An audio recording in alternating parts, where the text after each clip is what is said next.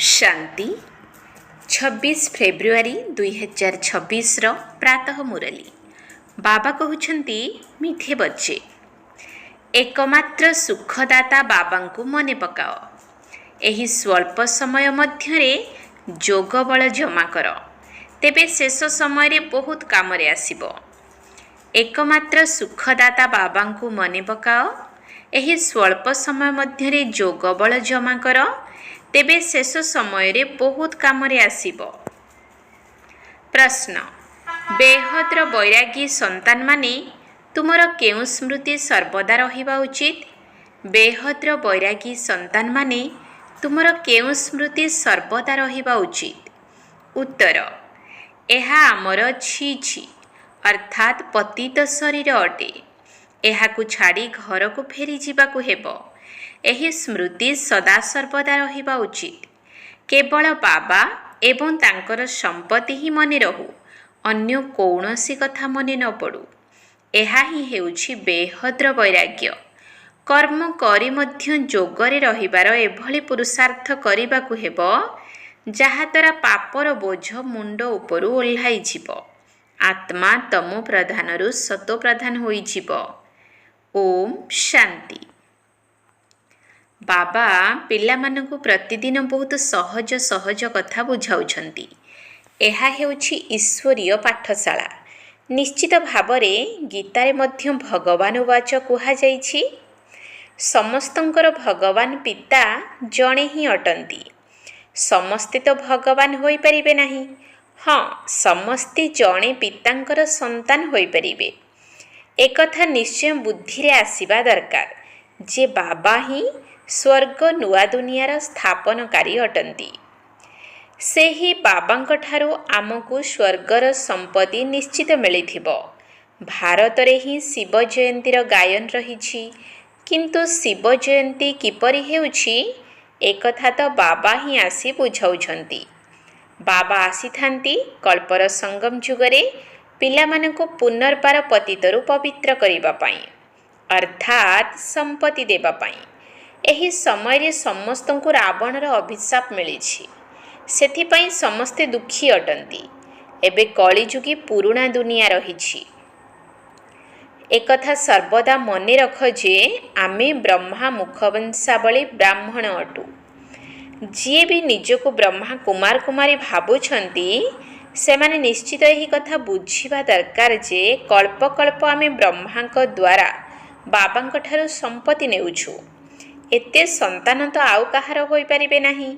सिए हेले समस्तंकर पिता, ब्रह्मा मध्य तांकर संतान। समस्त संतान मानकु संपत्ति सेही पितांक ठारू ही मिलुछि। तांक ठारू सत्यजुगर राजधानी संपत्ति रूपरे मिलुछि। सेही अविनाशी पिता जेहेतु स्वर्गर रचयिता अटंती, तेणु आमको निश्चित भावरे स्वर्गर राज्य पद मिलिबा दरकार। किंतु एकथा समस्ते भूली जाइछंती। आमको स्वर्गर राज्य भाग्य मिलिथिला, किंतु निराकार बाबा राज्य भाग्य देबे किपरि? निश्चित ब्रह्मांक द्वारा ही देबे। भारत रे एहांकर राज्य थिला। एबे कल्पर संगम जुग अटे। संगम जुगरे ब्रह्मा अछंती, तेणु निजको ब्रह्मा कुमार कुमारी बोली कहूछु। एठारे अंधश्रद्धार कौनसी कथा नाही। समस्ते ब्रह्मांकर पोष्य संतान अटु। आमे ब्रह्मा कुमार कुमारी अटु। ब्रह्मा शिव बाबांकर संतान अटंती। आमको शिव बाबांक ठारू पुनर्बार स्वर्गर बादशाही मिलुछि। पूर्वरु मध्य एही संपत्ति मिलिथिला जहा 5000 वर्ष होई गलानी। आमे देवी देवता धर्मर थिलु। शेष पर्यंत मनुष्य सृष्टि वृद्धि होई चली थाए। जेपरि जीशु ख्रीष्ट आसीथिले, तेणु ख्रिस्टियान धर्म आज पर्यंत अछि, वृद्धि होई चलीछि। सेमाने जानिछंती जे ख्रीष्टंक द्वारा आमे ख्रिस्टियान होइछु। आजि ठारू 2000 वर्ष पूर्वरु ख्रीष्ट आसीथिले। एबे भी सेमानक संख्या वृद्धि होई चलीछि। प्रथमे प्रथमे सतोप्रधान पुणी रजो तमरे आसीबार अछि। तुमे माने सत्य जुगरे सतोप्रधान थिल, पुणी रजो तमरे आसीछ। तम प्रधान सृष्टि पुणी सतोप्रधान निश्चित होई थाए। नुआ दुनिया रे आदि सनातन देवी देवता धर्म थिला। मुख्य धर्म हैला चारोटी। ତୁମର ଧର୍ମ ଅଧା କଳ୍ପ ପର୍ଯ୍ୟନ୍ତ ରହିଥାଏ। ଏଠାରେ ମଧ୍ୟ ତୁମେ ସେହି ଧର୍ମର ଅଟ, କିନ୍ତୁ ବିକାରୀ ହେବା କାରଣରୁ ତୁମେ ନିଜକୁ ଦେବୀ ଦେବତା କହିପାରୁନାହଁ। ତୁମେମାନେ ଆଦି ସନାତନ ଦେବୀ ଦେବତା ଧର୍ମର ଥିଲ, କିନ୍ତୁ ବାମ ମାର୍ଗରେ ଯିବା କାରଣରୁ ତୁମେ ପତିତ ହୋଇଯାଇଛ। ସେଥିପାଇଁ ନିଜକୁ ହିନ୍ଦୁ କହିଦେଉଛ। ଏବେ ତୁମେ ବ୍ରାହ୍ମଣ ହୋଇଛ। ସର୍ବୋଚ୍ଚ ହେଲେ ଶିବ ବାବା, ତାଙ୍କ ତଳକୁ ତୁମେ ବ୍ରାହ୍ମଣମାନେ ରହିଛ। ତୁମେ ବ୍ରାହ୍ମଣମାନେ ହେଉଛ ସର୍ବୋଚ୍ଚ ବର୍ଣ୍ଣର। ବ୍ରହ୍ମାଙ୍କର ସନ୍ତାନ ହୋଇଛ, କିନ୍ତୁ ସମ୍ପତ୍ତି ବ୍ରହ୍ମାଙ୍କ ଠାରୁ ମିଳୁନାହିଁ।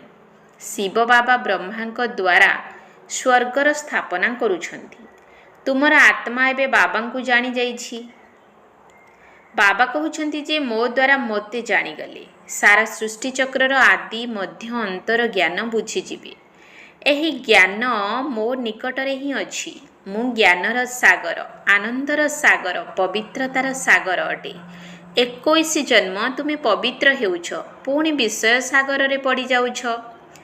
ଏବେ ଜ୍ଞାନ ସାଗର ବାବା ତୁମକୁ ପତିତରୁ ପବିତ୍ର କରୁଛନ୍ତି। ଗଙ୍ଗାର ପାଣି କେବେ କାହାକୁ ପବିତ୍ର କରିପାରିବ ନାହିଁ। ସେଥିରେ ସ୍ନାନ କରିବାକୁ ଯାଉଛନ୍ତି, କିନ୍ତୁ ଗଙ୍ଗା ପତିତ ପାବନୀ ନୁହେଁ। ଏହିସବୁ ନଦୀଗୁଡ଼ିକ ତ ସତ୍ୟ ଯୁଗରେ ମଧ୍ୟ ରହିବେ ଏବଂ କଳି ଯୁଗରେ ମଧ୍ୟ ଅଛନ୍ତି। ପାଣିରେ କୌଣସି ଫରକ ନାହିଁ। କହୁଛନ୍ତି ମଧ୍ୟ ସମସ୍ତଙ୍କର ସଦ୍ଗତିଦାତା ଏକମାତ୍ର ରାମ ଅଟନ୍ତି। ସେ ହିଁ ଜ୍ଞାନର ସାଗର, ପତିତ ପାବନ ଅଟନ୍ତି। ବାବା ଆସି ଜ୍ଞାନ ବୁଝାଉଛନ୍ତି, ଯାହାଦ୍ୱାରା ତୁମେ ସ୍ୱର୍ଗର ମାଲିକ ହେଉଛ। ସତ୍ୟଯୁଗ ତ୍ରେତା ଯୁଗରେ ଭକ୍ତି କିମ୍ବା ଶାସ୍ତ୍ର ଆଦି କିଛି ନଥାଏ। ତୁମେମାନେ ବାବାଙ୍କ ଠାରୁ ସଦା ସୁଖୀ ରହିବାର ସମ୍ପତ୍ତି ନେଉଛ। ଏମିତି ନୁହେଁ ଯେ ସେଠାରେ ତୁମକୁ ଗଙ୍ଗା ସ୍ନାନ କରିବାକୁ ହେବ ବା କୌଣସି ତୀର୍ଥ ଆଦିକୁ ଯାତ୍ରା କରିବାକୁ ହେବ। ଏହା ହେଲା ତୁମର ଆତ୍ମିକ ଯାତ୍ରା, ଯାହାକି କୌଣସି ମନୁଷ୍ୟ ଶିଖାଇ ପାରିବ ନାହିଁ। ଶିବ ବାବା ହେଲେ ସମସ୍ତ ଆତ୍ମାଙ୍କର ପିତା। ଶରୀରଧାରୀ ପିତା ତ ଅନେକ ଅଛନ୍ତି, ଆତ୍ମିକ ପିତା ଜଣେ ଅଟନ୍ତି। ଏହି କଥାକୁ ଭଲ ଭାବରେ ମନେ ରଖ। ବାବା ମଧ୍ୟ ପଚାରୁଛନ୍ତି ଯେ ତୁମର କେତେ ଜଣ ପିତା ଅଛନ୍ତି। ତେବେ ଦ୍ୱନ୍ଦ୍ୱରେ ପଡ଼ିଯାଉଛନ୍ତି ଯେ ବାବା ଏପରି କ'ଣ ପଚାରୁଛନ୍ତି। ପିତା ତ ସମସ୍ତଙ୍କର ଜଣେ ହିଁ ଥାଆନ୍ତି। 2-3 ଜଣ ପିତା କିପରି ହେବେ? ବାବା ବୁଝାଉଛନ୍ତି ଯେ ସେହି ପରମାତ୍ମାଙ୍କୁ ତୁମେ ଦୁଃଖରେ ମନେ ପକାଉଛ। ଦୁଃଖ ବେଳେ କହୁଛ, ହେ ପରମ ପିତା, ମୋତେ ଦୁଃଖରୁ ମୁକ୍ତ କର।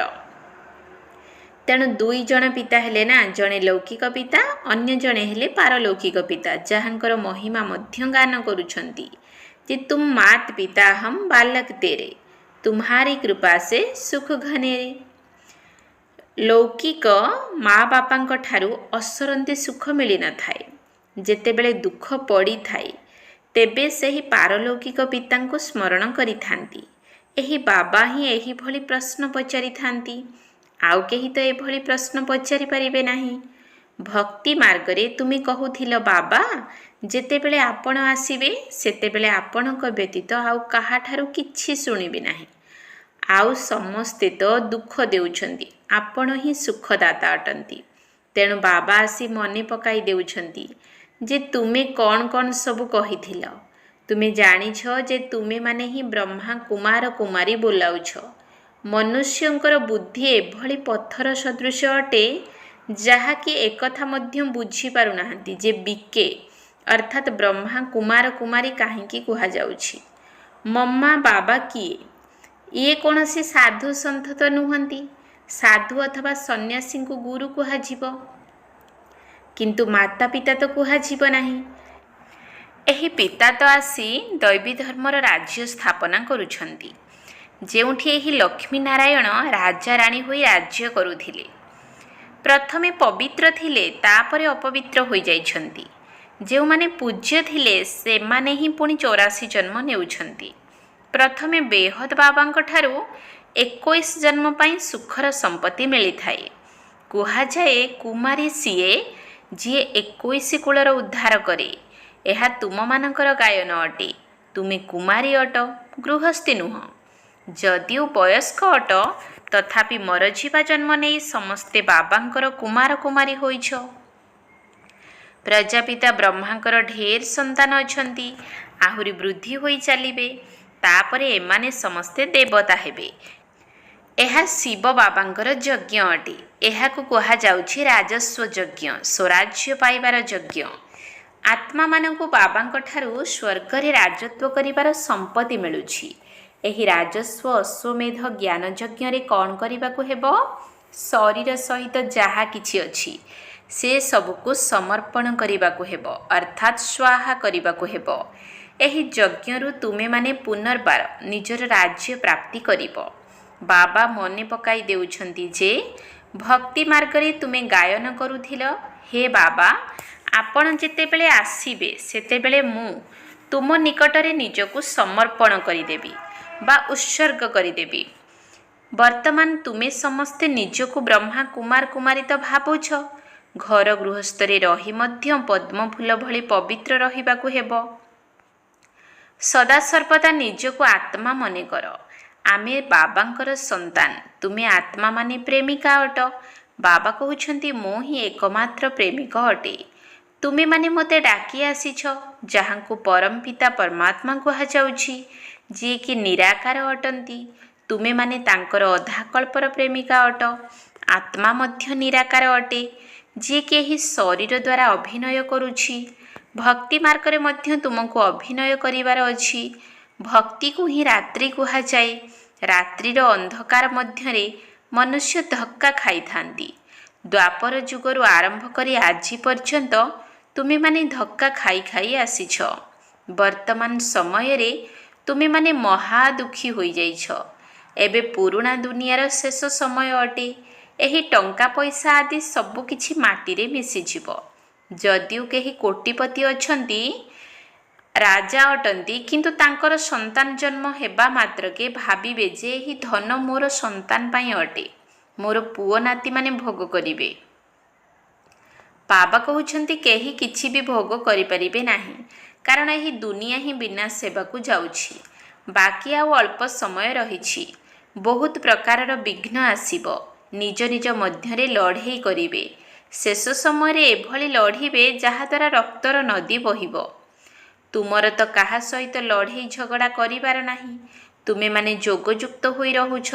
ତୁମେ ଯଦି ଯୋଗଯୁକ୍ତ ଅବସ୍ଥାରେ ଥିବ, ଆଉ କେହି ତୁମ ସମ୍ମୁଖକୁ ଖରାପ ଉଦ୍ଦେଶ୍ୟ ନେଇ ଆସିବ, ତେବେ ତାକୁ ଭୟଙ୍କର ରୂପର ସାକ୍ଷାତକାର ହେବ, ଯାହାଦ୍ୱାରା ସିଏ ତୁରନ୍ତ ପଳାଇଯିବ।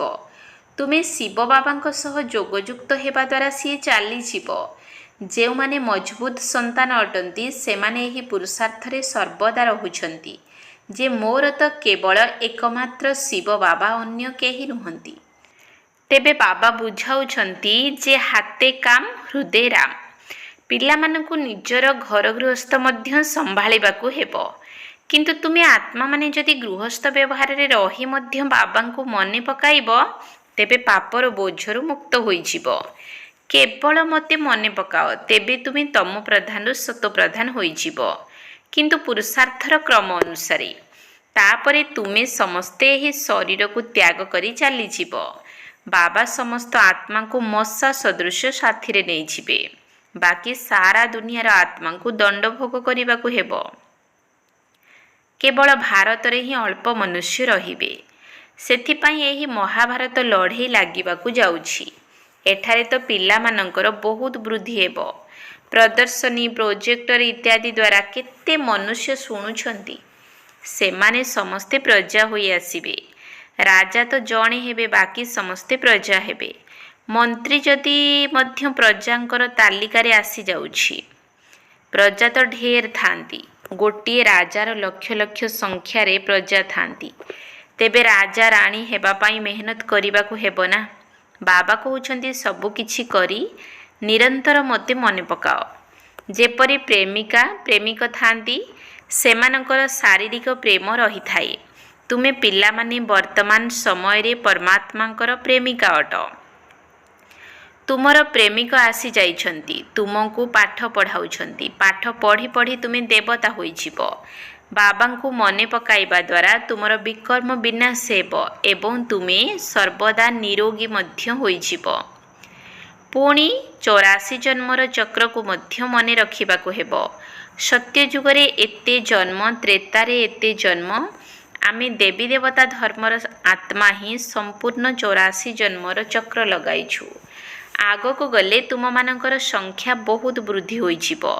ତୁମର ସେବା କେନ୍ଦ୍ର ହଜାର ହଜାର ସଂଖ୍ୟାରେ ହୋଇଯିବ। ତୁମେ ଗଳି ଗଳିରେ ବୁଝାଇ ଚାଲିବ ଯେ ଶିବ ବାବାଙ୍କୁ ଏବଂ ତାଙ୍କର ସମ୍ପତ୍ତି ସ୍ୱର୍ଗ ଦୁନିଆଙ୍କୁ ମନେ ପକାଅ। ଏବେ ଚାଲ ଘରକୁ ଫେରିଯିବା। ଏହା ତ ଛି ଛି ଶରୀର ଅଟେ। ଏହିଭଳି ଚିନ୍ତା କରିବା ହିଁ ବେହଦ୍ର ବୈରାଗ୍ୟ। ସନ୍ନ୍ୟାସୀମାନେ ତ କେବଳ ନିଜର ଘରଦ୍ୱାର ତ୍ୟାଗ କରିଥାନ୍ତି। ସେମାନେ ହେଲେ ହଠ୍ ଯୋଗୀ। ସେମାନେ ରାଜଯୋଗ ଶିଖାଇ ପାରିବେ ନାହିଁ। କହୁଛନ୍ତି ଏହି ଭକ୍ତି ମଧ୍ୟ ଅନାଦି ଅଟେ। ବାବା କହୁଛନ୍ତି ଏହି ଭକ୍ତି ତ ଦ୍ୱାପର ଯୁଗରୁ ଆରମ୍ଭ ହେଉଛି। 84ଟି ପୌଢ଼ୀ ଅର୍ଥାତ୍ ସିଡ଼ିରେ ତଳକୁ ଓହ୍ଲାଇ ଏବେ ତୁମେ ତମୁ ପ୍ରଧାନ ହୋଇଯାଇଛ। ତୁମେମାନେ ହିଁ ଦେବୀ ଦେବତା ଥିଲ। ଖ୍ରୀଷ୍ଟିଆନମାନେ କହିବେ ଆମେ ହିଁ ଖ୍ରୀଷ୍ଟିଆନ ଥିଲୁ।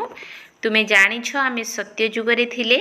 ବାବା ଦେବୀ ଦେବତା ଧର୍ମର ସ୍ଥାପନା କରିଥିଲେ। ସେଠାରେ ଯିଏ ଲକ୍ଷ୍ମୀ ନାରାୟଣ ଥିଲେ ସେମାନେ ଏବେ ବ୍ରାହ୍ମଣ ହୋଇଛନ୍ତି। ସତ୍ୟ ଯୁଗରେ ଶାସନ ଦାୟିତ୍ୱରେ ଜଣେ ରାଜାରାଣୀ ଥିଲେ। ଗୋଟିଏ ଭାଷା ଥିଲା। ଏହାର ମଧ୍ୟ ପିଲାମାନେ ସାକ୍ଷାତକାର କରିଛନ୍ତି। ତୁମେ ସମସ୍ତେ ହେଲ ଆଦି ସନାତନ ଧର୍ମର। ତୁମେ ହିଁ 84 ଜନ୍ମ ନେଉଛ। ଦୁନିଆର ମନୁଷ୍ୟ ଯାହା କହୁଛନ୍ତି ଯେ ଆତ୍ମା ନିର୍ଲେପ ଅଟେ ବା ଈଶ୍ୱର ସର୍ବବ୍ୟାପୀ ଅଟନ୍ତି, ତାହା ଭୁଲ କଥା। ସମସ୍ତଙ୍କ ମଧ୍ୟରେ ଆତ୍ମା ଅଛି। ପୁଣି କିପରି କହୁଛ ଆମ ଭିତରେ ପରମାତ୍ମା ଅଛନ୍ତି? ତେବେ ତ ସମସ୍ତେ ପିତା ହୋଇଗଲେ। କେତେ ତମୁ ପ୍ରଧାନ ହୋଇଯାଇଛନ୍ତି। ଆଗରୁ ଯାହା କିଛି ଶୁଣୁଥିଲେ ତାକୁ ମାନି ଯାଉଥିଲେ। ଏବେ ବାବା ଆସି ସତ୍ୟ କଥା ଶୁଣାଉଛନ୍ତି। ତୁମକୁ ଜ୍ଞାନର ତୃତୀୟ ନେତ୍ର ଦେଉଛନ୍ତି, ଯାହାଦ୍ୱାରା ତୁମେ ସୃଷ୍ଟିର ଆଦି ମଧ୍ୟ ଅନ୍ତକୁ ଜାଣିଯାଉଛ। ଅମର କଥା ମଧ୍ୟ ଏହା ହିଁ ଅଟେ। ବାକି ସୂକ୍ଷ୍ମ ବଦନରେ କୌଣସି କଥା ବା କାହାଣୀ ଆଦି ନାହିଁ। ଏସବୁ ଭକ୍ତି ମାର୍ଗ ରୂପୀ ବୃକ୍ଷର ଚାରା ଅଟେ। ତୁମେମାନେ ଅମର କଥା ଶୁଣୁଛ ଅମର ହେବା ପାଇଁ। ସେଠାରେ ତୁମେ ଖୁସିରେ ଗୋଟିଏ ଶରୀର ଛାଡ଼ି ଆଉ ଗୋଟିଏ ଶରୀର ଧାରଣ କରିବ। ଏଠାରେ ଯଦି କେହି ମରିଯାଉଛନ୍ତି ତେବେ ବାଡ଼େଇ କଚାଡ଼ି ହୋଇ କାନ୍ଦୁଛନ୍ତି। ସେଠାରେ ରୋଗ ବେମାରୀ ଆଦି ନଥାଏ। ସର୍ବଦା ସୁସ୍ଥ ରହିଥାନ୍ତି। ଆୟୁଷ ମଧ୍ୟ ବହୁତ ଥାଏ। ସେଠାରେ ବିକାରୀ ସ୍ୱଭାବ ନଥାଏ। ବର୍ତ୍ତମାନ ଏହି କଥାକୁ ପକ୍କା କରିନିଅ ଯେ ଆମେ 84 ଜନ୍ମର ଚକ୍ର ଶେଷ କରିଛୁ। ଏବେ ବାବା ଆମକୁ ସାଥିରେ ନେଇଯିବା ପାଇଁ ଆସିଛନ୍ତି। ପବିତ୍ର ହେବାର ଉପାୟ ମଧ୍ୟ ତୁମକୁ ଶୁଣାଉଛନ୍ତି। କେବଳ ମୋତେ ଏବଂ ମୋର ସମ୍ପତ୍ତି ସ୍ୱର୍ଗ ଦୁନିଆକୁ ମନେ ପକାଅ। ସତ୍ୟ ଯୁଗରେ ହେବ 16 କଳା ସମ୍ପୂର୍ଣ୍ଣ। ତାପରେ ଧୀରେ ଧୀରେ କଳା କମିଯିବ। ଏବେ ତୁମ ଭିତରେ କୌଣସି କଳା ନାହିଁ। ବାବା ହିଁ ଦୁଃଖରୁ ସୁଖକୁ ନେଇଯାଉଛନ୍ତି। ସେଥିପାଇଁ ମୁକ୍ତିଦାତା କୁହାଯାଉଛି। ସମସ୍ତଙ୍କୁ ନିଜ ସାଥିରେ ନେଇଯାଉଛନ୍ତି। ତୁମମାନଙ୍କର ଗୁରୁ ତୁମକୁ କ'ଣ ସାଥିରେ ନେଇଯିବେ? ସେଠାରେ ଗୁରୁ ଶରୀର ତ୍ୟାଗ କଲା ପରେ ତାଙ୍କର ଚେଲା ତାଙ୍କ ଗଦିରେ ବସିଥାଏ। ପୁଣି ଚେଲାମାନଙ୍କ ଭିତରେ ମଧ୍ୟ ବହୁତ ଗଣ୍ଡଗୋଳ ହୋଇଯାଇଥାଏ। ପରସ୍ପର ଭିତରେ ଆସନ ପାଇଁ ଲଢ଼େଇ ଝଗଡ଼ା କରିଥାନ୍ତି। ବାବା କହୁଛନ୍ତି ମୁଁ ତୁମ ଆତ୍ମାମାନଙ୍କୁ ସାଥିରେ ନେଇଯିବି। ଯଦି ତୁମେ ସମ୍ପୂର୍ଣ୍ଣ ନ ହେବ ତେବେ ବହୁତ ଦଣ୍ଡ ଭୋଗ କରିବ ଏବଂ ପଦ ମଧ୍ୟ ଭ୍ରଷ୍ଟ ହୋଇଯିବ। ଏଠାରେ ତ ରାଜଧାନୀ ସ୍ଥାପନ ହେଉଛି। ଆଚ୍ଛା, ମିଠା ମିଠା ଶିକିଲଧେ ସନ୍ତାନମାନଙ୍କ ପ୍ରତି ମାତା ପିତା ବାପଦାଦାଙ୍କର ମଧୁର ସ୍ନେହ ସମ୍ପନ୍ନ ଶୁଭେଚ୍ଛା ଏବଂ ସୁପ୍ରଭାତ। ଆତ୍ମିକ ପିତାଙ୍କର ଆତ୍ମିକ ସନ୍ତାନମାନଙ୍କୁ ନମସ୍ତେ। ଆତ୍ମିକ ସନ୍ତାନମାନଙ୍କର ଆତ୍ମିକ ବାପଦାଦାଙ୍କୁ ନମସ୍ତେ ନମସ୍ତେ ନମସ୍ତେ। ସୁପ୍ରଭାତ। ଧାରଣା ପାଇଁ ମୁଖ୍ୟ ସାର 1 ନମ୍ବର ପଏଣ୍ଟ। ଯୋଗ କରିବାର ଏଭଳି ଅଭ୍ୟାସ କରିବା ଦରକାର ଯାହାକି ଖରାପ ବିଚାର ସମ୍ପନ୍ନ ବ୍ୟକ୍ତି ସମ୍ମୁଖକୁ ଆସିବା ମାତ୍ରେ ହିଁ ପରିବର୍ତ୍ତନ ହୋଇଯିବ। ମୋର ତ ଏକମାତ୍ର ଶିବ ବାବା, ଅନ୍ୟ କେହି ନୁହନ୍ତି। ଏହି ପୁରୁଷାର୍ଥରେ ରହିବାକୁ ହେବ। ଯୋଗ କରିବାର ଏଭଳି ଅଭ୍ୟାସ କରିବା ଦରକାର ଯାହାକି ଖରାପ ବିଚାର ସମ୍ପନ୍ନ ବ୍ୟକ୍ତି ସମ୍ମୁଖକୁ ଆସିବା ମାତ୍ରେ ହିଁ ପରିବର୍ତ୍ତନ ହୋଇଯିବ। ମୋର ତ ଏକମାତ୍ର ଶିବ ବାବା, ଅନ୍ୟ କେହି ନୁହନ୍ତି। ଏହି ପୁରୁଷାର୍ଥରେ ରହିବାକୁ ହେବ। 2 ନମ୍ବର ପଏଣ୍ଟ। ସ୍ୱରାଜ୍ୟ ପ୍ରାପ୍ତ କରିବା ପାଇଁ ଶରୀର ସହିତ ଯାହା କିଛି ସବୁ ଅଛି ସେ ସବୁକୁ ସମର୍ପଣ କରିଦେବାକୁ ହେବ। ଏହି ରୁଦ୍ର ଯଜ୍ଞରେ ବି କିଛି ସ୍ୱାହା କରିଦେବ। ସେତେବେଳେ ଯାଇ ରାଜ୍ୟପଦ ମିଳିବ। ସ୍ୱରାଜ୍ୟ ପ୍ରାପ୍ତ କରିବା ପାଇଁ ଶରୀର ସହିତ ଯାହା କିଛି ସବୁ ଅଛି ସେ ସବୁକୁ ସମର୍ପଣ କରିଦେବାକୁ ହେବ। ଏହି ରୁଦ୍ର ଯଜ୍ଞରେ ବି କିଛି ସ୍ୱାହା କରିଦେବ, ସେତେବେଳେ ଯାଇ ରାଜ୍ୟପଦ ମିଳିବ। ବରଦାନ। ସହନ ଶକ୍ତିର ବିଶେଷତା ଦ୍ୱାରା ଅନ୍ୟମାନଙ୍କର ସଂସ୍କାରକୁ ପରିବର୍ତ୍ତନ କରୁଥିବା ଦୃଢ଼ ସଂକଳ୍ପଧାରୀ ହୁଅ। ସହନ ଶକ୍ତିର ବିଶେଷତା ଦ୍ୱାରା ଅନ୍ୟମାନଙ୍କର ସଂସ୍କାରକୁ ପରିବର୍ତ୍ତନ କରୁଥିବା ଦୃଢ଼ ସଂକଳ୍ପଧାରୀ ହୁଅ। ଯେପରି ବ୍ରହ୍ମା ବାବା ଜ୍ଞାନୀ ଏବଂ ଅଜ୍ଞାନୀ ଆତ୍ମାମାନଙ୍କ ଦ୍ୱାରା ଅପମାନ ସହନ କରି ସେମାନଙ୍କୁ ପରିବର୍ତ୍ତନ କରିଥିଲେ, ସେହିପରି ତୁମେମାନେ ମଧ୍ୟ ନିଜର ପିତାଙ୍କୁ ଅନୁକରଣ କର। ସେଥିପାଇଁ ନିଜର ସଂକଳ୍ପରେ କେବଳ ଦୃଢ଼ତାକୁ ଧାରଣ କର। ଏଭଳି ଭାବ ନାହିଁ ଯେ ଆଉ କେତେ ଦିନ ପର୍ଯ୍ୟନ୍ତ ଏହିଭଳି ହେଉଥିବ। କେବଳ ପ୍ରଥମେ ପ୍ରଥମେ ଟିକିଏ ଲାଗିବ ଯେ ଏହା କିପରି ହୋଇପାରିବ, କେତେ ଦିନ ଏହିଭଳି ସହନ କରିବାକୁ ପଡ଼ିବ। କିନ୍ତୁ ତୁମ ପାଇଁ ଯଦି କେହି କିଛି ବି କହୁଛି, ତେବେ ତୁମେ ଚୁପ୍ ରୁହ, ତାକୁ ସହନ କରିନିଅ, ତେବେ ସେ ମଧ୍ୟ ପରିବର୍ତ୍ତନ ହୋଇଯିବ। କେବଳ ନିରାଶ ହୁଅ ନାହିଁ କି ଭାଙ୍ଗି ପଡ଼ ନାହିଁ।